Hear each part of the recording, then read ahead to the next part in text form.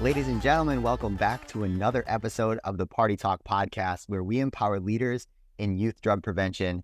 And today I'm chatting with a new friend, Nicole Runyon, and I'm just going to pull up some notes because Nicole is awesome. Check this out. She is a speaker, psychotherapist, and a parent coach. She's worked with children and adolescents for over 20 years and brings her knowledge on the root causes for the mental health epidemic to large audiences. Nicole's profound understanding of technology's impact on mental health, child development, and the intergenerational variations in parenting has made her a highly sought-after speaker. She's dedicated her life work to helping parents foster proper development and successful transitions into young adulthood for their children. So, Nicole, that is incredible, but thank you for saying yes to being on this podcast today. Yes, thank you for having me. It's an honor to be here. Of course. And I remember we've met briefly, but can you just tell us a little bit more about maybe how you got into this work and why you're passionate about it? Sure, yeah. That starts when I was 10 years old, and I won't make this story as long as how old I am, but it's important to know that I've always wanted to be a child therapist since I was 10. And so I think it's a calling for me. I never saw myself doing anything else. And I have a true passion around helping children. So how I got into it was through psychotherapy, individual psychotherapy with children. And I've been doing that for 21 years. And about 10 years ago, I saw a real shift in my practice from when I had first started.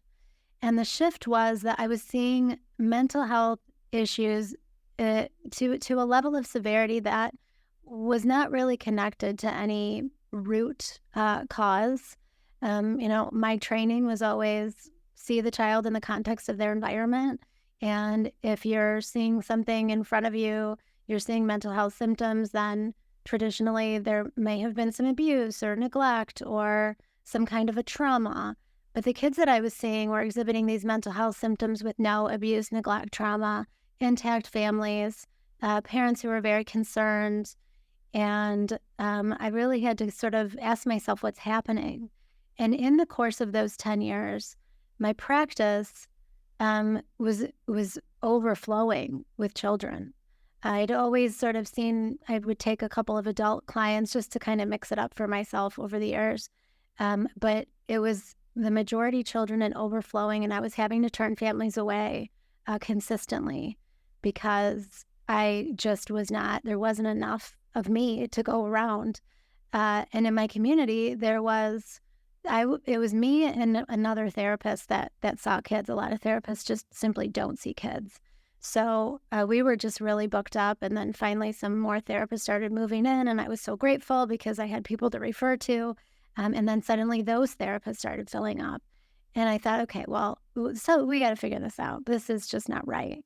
And so I started to really dig deep into why are we seeing what we're seeing when really there's no root cause as far as I can tell. And this was about 8 years ago. I delved into the realm of technology, digital technology, and how it is affecting their mental health. And there wasn't a whole ton of information about it back then. In fact, most people were celebrating how it could be helpful to them in their education and how it could teach them, give a 2-year-old an iPad with an ABC program and they could learn to read. And people were really excited about it. But there was something instinctually in me that just knew that this wasn't going to be good, but I didn't particularly know why yet. So I started talking about it. It was kind of like a social experiment. I just went into my community, into schools, into community groups, and just started talking to parents about it. And the parents who showed up were absolutely so engaged and invested in the conversation because they see it in their own kids. And then here's somebody that's saying, hey, you know what? This might be a problem. And here's why this is a problem, because they started talking about child development and how, in each phase of development, they need certain things. They need to go through these stages to get to the other stage to learn and grow and feel strong and capable and self-confident. And so people were really responsive to it. And then I started to dig a little even more deeper and say, you know what? It's not just the tech. The tech is it's like a symptom of a bigger problem. So what's the bigger problem? And the conclusion I came to is something that I call the culture of parenting. And what I think has happened, and this happens in every generation, the pendulum is on one end. And then when those kids that grow up in that generation grow and have their own kids, the pendulum swings all the way to the extreme on the other end, right? And so we can look back historically in all the generations that are still living, the greatest generation, the baby boomers, Gen X, Gen Z, and now Alpha. And we can say, well, this was done. Then the next generation, this was done. And then this was done and this was done. And so I started to really ask myself, okay, well, what happened to Gen X in particular, right? Because Gen X is raising Gen Z. And then the millennials are raising Alpha, which is the current generation. And what I started to realize is that Gen X was really the forgotten about generation, right? We're called the latchkey generation, where we were very independent, which I think is wonderful and great. But we were also very neglected in our feelings in general, and neglected in just sort of being able to talk to a trusted adult about our needs and our feelings and how we can sort of get past them. So because it was so uncomfortable for Gen X, now we've swung into raising Gen Z without any feelings of discomfort, without any negative feelings. And then when they have a little bit of anxiety, when they have some sadness, when they're experiencing, just the gamut of feelings that all of us experience, we pathologize it. We diagnose it. We say, oh, you're experiencing anxiety. We put them in therapy. We send them to the psychiatrist. And now, in no way am I saying that some kids don't need the mental health treatment, but the majority, I looked at my practice, and the majority of my practice were kids whose parents actually needed coaching and not the kids that actually needed therapy. And so that's how I moved into the coaching and the speaking, really, because I want to get this message out to as many people as I possibly can, that really, it's not a mental health crisis, it's a culture crisis. Yeah. The reason why I'm getting goosebumps right now is because this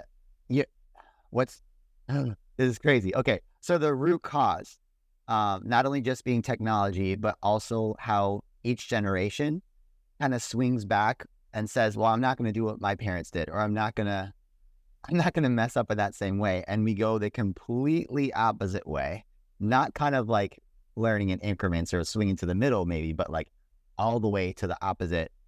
And I can see evidence in everything you're saying, that I didn't feel like my feelings mattered. So now I'm only going to focus on my feelings for my kid. And that's the most important thing. And we're going to prioritize that. You should never feel uncomfort or pain.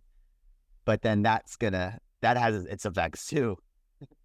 So that's just really, really incredible. And I think that the learning curve of today's generation, and what we talk about in our presentations a lot, is the fact that looking for a quick fix like a medicine or a tablet or technology that doesn't fix a problem, but maybe is a temporary escape, or it's the easy, what seems like a solution, but it can't really make it better. It seems like the generation is really, really into these, like, I want to escape my feelings, or I want to get rid of this as fast as possible. I don't want to work for it, but I want to escape it quickly. Absolutely. And it really is a cultural problem, because I think we as a society now don't want to experience any pain, right? It's not even, we don't even want to experience boredom or inconvenience. So now we can press a button and have groceries delivered to our door. We don't even want to be inconvenienced enough to go to the grocery store. So yeah, all the quick little things that we shouldn't have to do anything. Yeah. Yeah. Wow. Okay. So I would definitely love to talk with you about two things during our time together. The first one would be kind of the adolescent brain and development.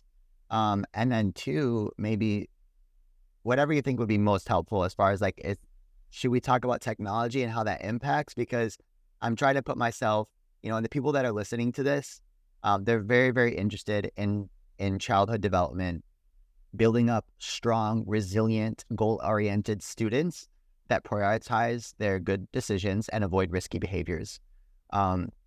So anything that you could share that could help educate us on how to better reach students to make better decisions would be really, really valuable. That's great. I love that, what you said about creating strong, resilient kids. And yeah, I can help your audience understand development and why they need, actually, I'm going to use the dirty word that many therapists refuse to use anymore, called discipline. Discipline is the dirty Discipline. And the reason for this is because from the age of 0, they have developmental needs in certain stages. So from 0 to 18 months, they have one and only need, and that need is for their caregiver to respond to their needs. So they cry, caregiver responds. And that helps build attachment and trust, and that actually stimulates brain development early on. And before 6, 90% of brain development happens. So those first 6 years are very, very important. And that's why attachment from day 1 is so key. Did you say before the age of 6, 90% of their brain is developed? 90%. What's left is the prefrontal cortex, which is responsible for executive functioning, decision-making, impulsivity. So that actually doesn't fully develop until 25. So before 6, we've got a lot of work to do because the executive functioning, the decision-making, the impulsivity, we really have to contain them from 6 to 25 to keep them doing what you're advocating for them to be strong and resilient and not have those risky behaviors. Okay. Wow. And this is something that I understand a little bit about, but feel free to fill any holes in this. So the first 90% is more of like the basic brain functioning and feelings and things like that. And the frontal lobe or the cortex is the part that does impulse control and long-term decision making and problem solving. I'm curious in that first part, is there in age 0 to 6 when attachment is so important, what are the things that a child learns that's it's so crucial for that point to be what developed well? Because if it's not, maybe you see this, or if it's done well, you see something else. Is there an example? Yeah, so actually there's more in those 6 years. So at 0 to 18 months, it's just the attachment. 18 months to 3 is will and authority. So this is when the terrible twos, they say no, they dig their heels in. This is a time when it's important that you show them your parental authority and you have boundaries with them. And then they can learn how to have boundaries from you. Because in a lot of parents today, so you're asking what do people need to know about that? A lot of parents today allow their 2-year-olds to sort of do whatever they want, right? Because they don't want the tantrum, they don't want the fight, they don't want the no. And that's the worst thing you can do, because you're not modeling for them that, hey, you need a boundary really to protect yourself, right? I mean, no, you cannot run in the street. That's an example. Of what they need at that age. So that's that age. And then from 3 to 5, and by the way, each phase builds on the one before it. So if they have attachment, then they can trust their parents' authority and boundary. If they can trust their parents' authority and boundary, they can go into 3 to 5, which is autonomy and independence. And this is when they need to start learning how to do things like tie their shoes and zip up their coats and button their shirts and, sort of activities of daily living, because they're going to go off to preschool without you. The reason why there's so much separation anxiety in this age range is because many parents do those tasks for their kids. Because again, we don't want them to be uncomfortable. It's hard to learn how to tie your shoes, right? The bones in the hands don't fully fuse together until they're 6. So social emotionally, they need the frustration at 3 and 4 to tie their shoes, because physically it's going to be really hard, but they need to build that frustration tolerance. Right. Wow, that is so important. I'm thinking I need to send this to every parent because just knowing that the development from 0 to 18 months to 3 to 5 and 6 and how it does build on each other. And I can think of examples, just like you said, of, wait, we don't want to make our kid uncomfortable or we don't want the tantrum, but we're stealing their opportunity to develop because we're Absolutely. doing it for them. Wow, And that is then so they're important. scared. And then they're scared to be away from us, right? Because they can't do it because we did it for them. And then we call it anxiety. And then we put them in therapy. Wow. Mm-hmm. Okay. Dang, that is telling right there. Yeah.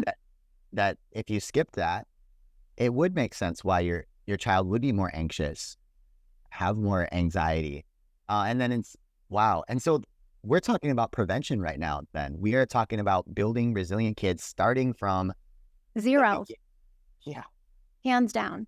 Yeah. And this always boggles my mind why people do the cry it out thing, but then they let their 2-year-olds do whatever they want.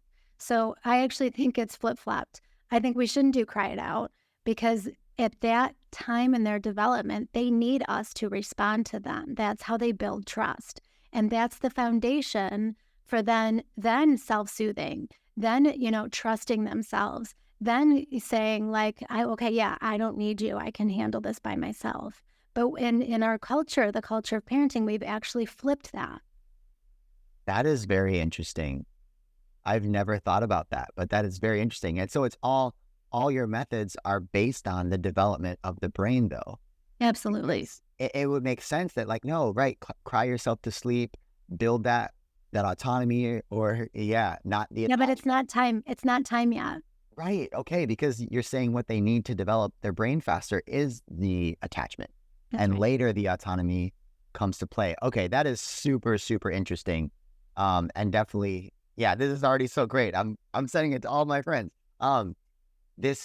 So now that we understand that part of the brain, kind of like what to look out for, how it could play out, how does, and you know what, I'll leave it open to you. What do you think would be more valuable, to talk about how technology impacts this, or move on to the second part of the brain? Where do you want to take this?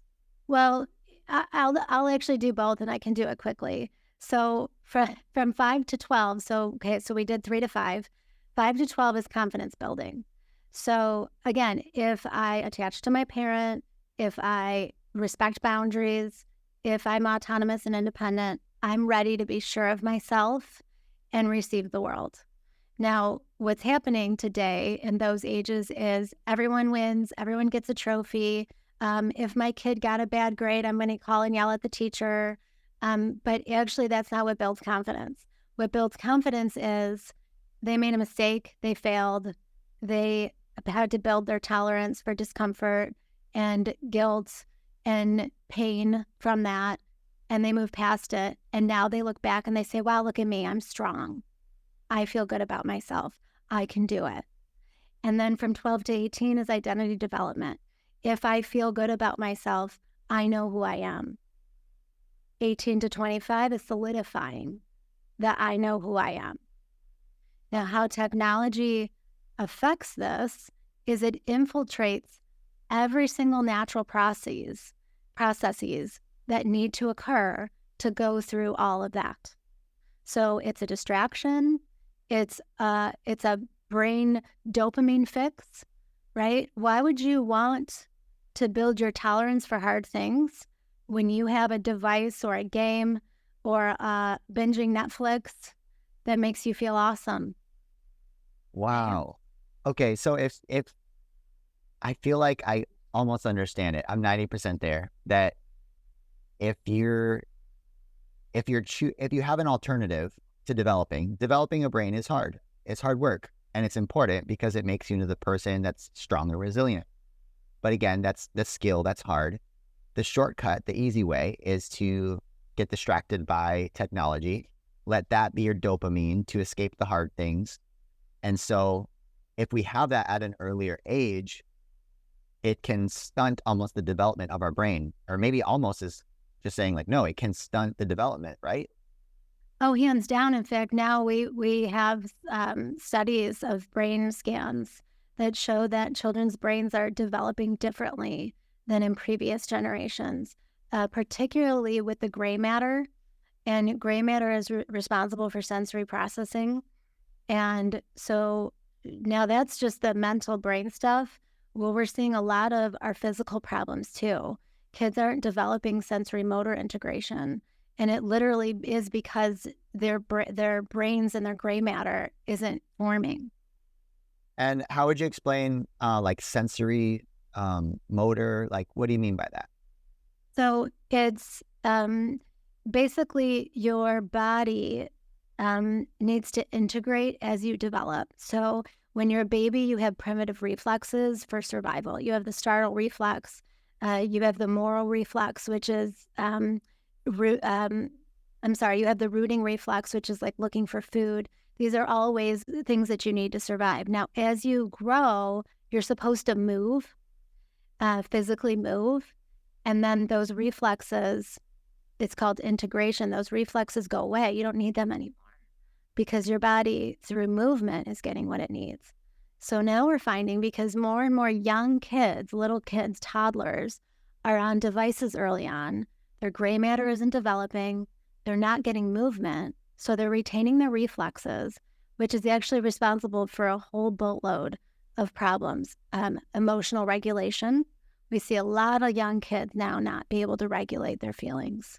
And it's responsible for sensory sensitivities. So we see a lot more of this now where kids have a hard time with sound and light and clothes on their body and food. We have so many picky eaters now, right? And so then, like, on that level, we're like body-wise, physical-wise, nutrition-wise, they're not developing as well. So actually how I talk about it is it starts with the movement. We have to stop restricting their movement. Babies now are in a snoo. I don't know if you've heard of the snoo. It's a smart bassinet that straps them in and basically acts as a surrogate parent because parents don't want to be inconvenienced with young babies. And so it's restricting their movement from early on, which then affects their brain development, which affects how they go through this social emotional development that I was just explaining. So it all starts there. Wow. Dang. Now I can see why being a parent is like a big deal. It's a big deal. And the thing is us parents today, I have two kids. I have a 10 and a 15-year-old.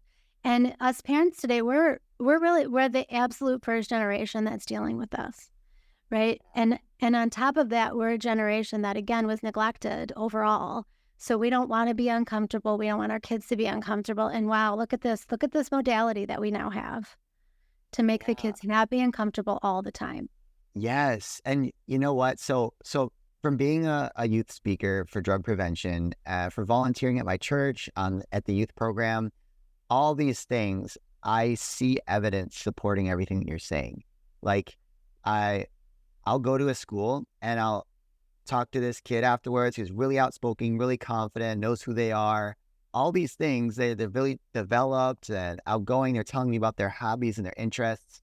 And those are the ones who say, oh, I can't follow you on social media. And I'm thinking, like, this is so great. Your parents didn't let you get into technology. You've created a life. You've created resilience. You're a strong person who knows who you are. And then the ones that don't seem sometimes they can't hold a conversation, or they haven't developed those things, and they have more anxiety and they're struggling. More oftentimes than not, they're the ones that have the device. They're always on it. They're using it. And the nature of the technology too is like, it does hook you into it. It's designed to keep you there longer. which makes the problem worse. It's good for ad spend and for the company, but it's not great for development. So that's just, I see so many clues. And I used to think for parents, I was like, I would think to myself, that's so controlling, or like that you don't trust your student with the device. But now I see it's just like really, really protecting their brain, and all the risky things that could happen. But from this conversation, it's more than that. It's really protecting your entire development to, like, we call it the delay of onset use, right? For substances, if you can delay the age till they start using, they're less likely to become addicted.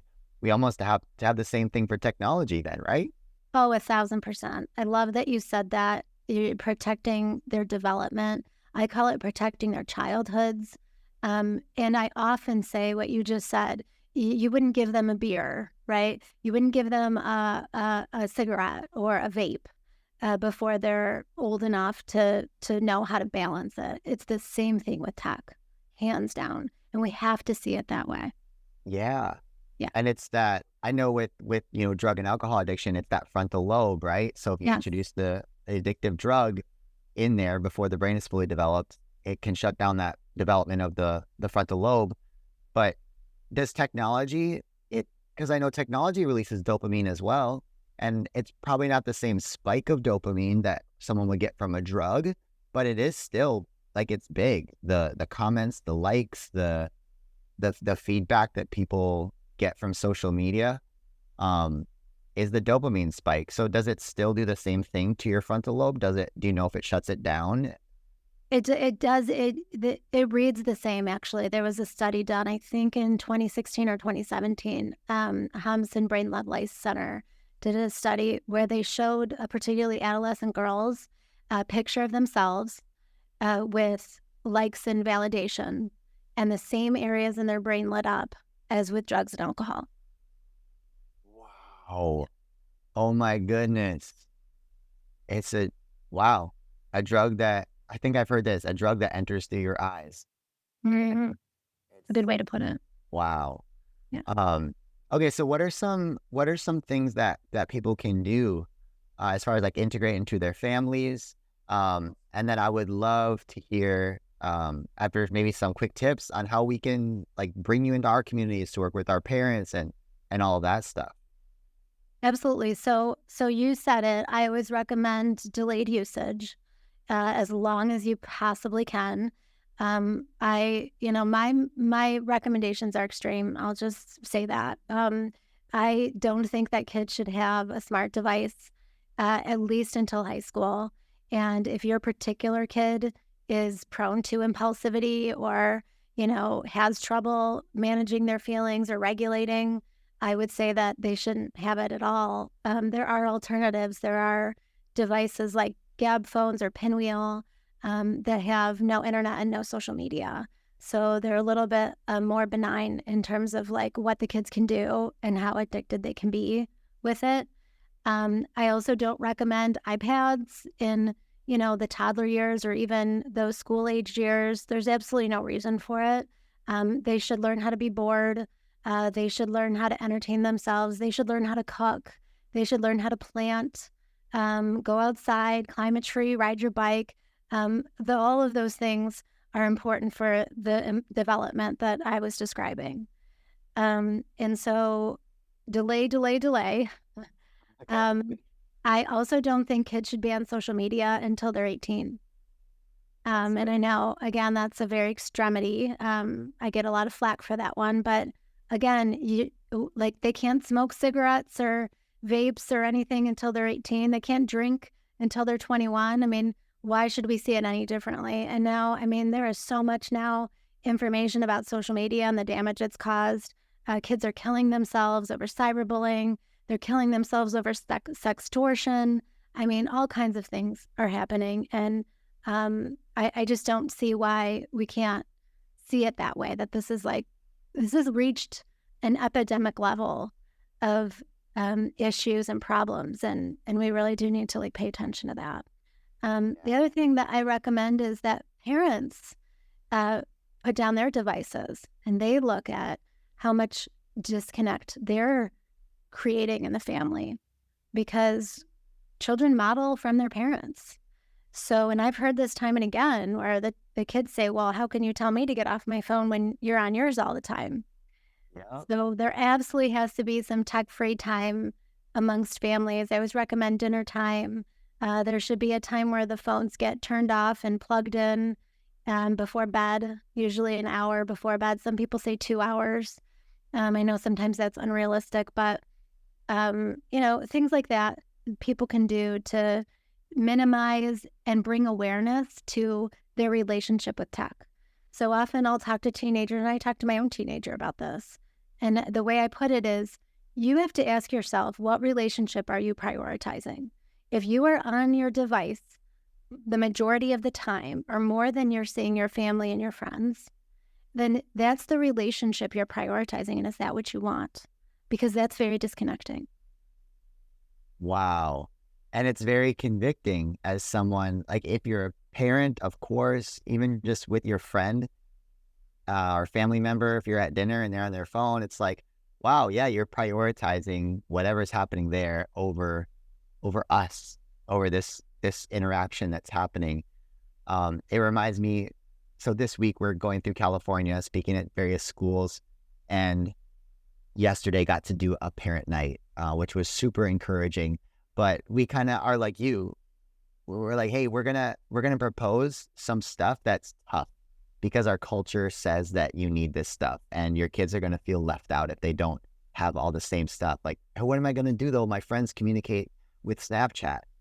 Like, well, you're gonna have to do something difficult. You're gonna have to get their phone number instead and start a text chain. And sure, it's not gonna be the same convenience, but it's really about, like, as a parent, as a caretaker, are you willing to do something that's difficult for your child in order to keep them alive and safe for as long as possible?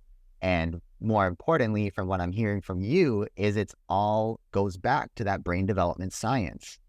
It's not you just saying, oh, I think something bad is going to happen. It's saying, hey, we're going to develop the strongest person we can while you're living with us under our roof. These are the rules, and we're going to partner to build boundaries and make sure that you have the best chance for success as you can. And there's a partnership between kids and parents that goes there. And they can tell if you care enough to do that. And I've had kids tell me, in high school, it sucks sometimes that my parents won't let me go to parties or they won't let me on social media. But I'm lucky enough that they really, really care. Mm-hmm. And they do ask me where I'm going. Like, they even get it at a young age as a teenager, even though they scream at you and fight with you. They recognize how much you care by the boundaries that you set. So I don't think maybe they are extreme, but I love it. Yay, bravo to you. I'm so glad to hear that. And I think that because of the work you do, it's so intertwined with what I'm talking about, because you're right, you do have to do the hard thing. I always say, we're not their friends. We're not supposed to be their friends, right? And they don't want us to be their friends. They want us to be the boundary. They need that from us. In fact, I don't give very many thank yous for my kids, but my 15-year-old a while ago did say thank you for not giving him an iPad when he was 2, because he sees his peers and how different he is. And simple stuff like we were going to a restaurant. This was even a few years ago. He might have been 12. And it looked really busy and there was a lot of traffic. And so I asked him, I said, oh, just, do me a favor, hop out, go ask the hostess if there's a long wait. And if there's not too long of a wait, I'll park and we'll go in. So he's about to get out and his friend was with us. And his friend goes, you can do that? Oh, I would never be able to do that. Let's ask someone something like that. Yeah, to actually speak to an adult, look them in the eye, ask a question, because there's so much social anxiety in this generation because they're always behind a screen. So just that things that you and I take for granted that we wouldn't even think twice about. And so he sees that, so he never thought that was abnormal or different from anyone else until he went out in the world and got some friends and realized that sets him apart. And so I did get a thank you for not giving him an iPad when he was 2. Wow, that's special. That's really, really cool. So Nicole, how can, well, first of all, what kind of work do you do in communities? and how can we work with you? If this has really resonated with us, we want to get the same information out and take advantage of all the great work that you're doing. What can we do with you, and how can we connect with you if that sounds awesome? Yeah, that sounds awesome. I really want to speak anywhere where there's parents. I think this is such an important message for parents to hear. And so if you have a parent group, a school, a church group, a community that would be open to hearing me, I would love to do that. I do have a website that is an old website. It looks like I'm a psychotherapist on there. And I'm really not a psychotherapist anymore. Any individual work I do, which is even minimal now, is parent coaching. Because again, I really think if the parents make the changes, the kids can get better. But it's NicoleRunyon.com, and in April, it'll be sort of switched over to more information about booking me to speak and things like that. I'm on Instagram at iGeneration Mental Health, and I'm on LinkedIn under Nicole Runyon. So I share a lot of good content on there, and just, talking a lot about everything we discussed today. Okay, that sounds perfect. I'll make sure to put those links to your socials and to your website on the show notes. So anyone who's listening, you can just click on that. And Nicole, just thank you again for being on the show and being so generous with your expertise. I'm fascinated by our conversation. So I could literally talk to you all day. um, yeah, so I appreciate you so much. Well, thank you. I feel like I said, we have a lot in common and our work intersects. And so I know we could talk for a long time. And I appreciate you having me on and introducing me to your audience. Thank you. Of course. And for everyone listening, thank you for the life-saving work that you do in drug prevention and working with youth. And again, I just can't recommend it enough. Get on Nicole's site, connect with her. And if you found this really valuable, send it to a group that you work with, someone who works with parents. Because there was a lot of great tips that happened in this episode. And it's not just for us, but we can be good stewards of it and share it with others. So please do that. And then if you enjoy the show, leave us a review. That's the best way to say thank you for this free content that we put out every single week. And yeah, that's about it. So this has been another episode of the Party Talk podcast, where we empower leaders in youth drug prevention. We'll see you next Monday for another episode.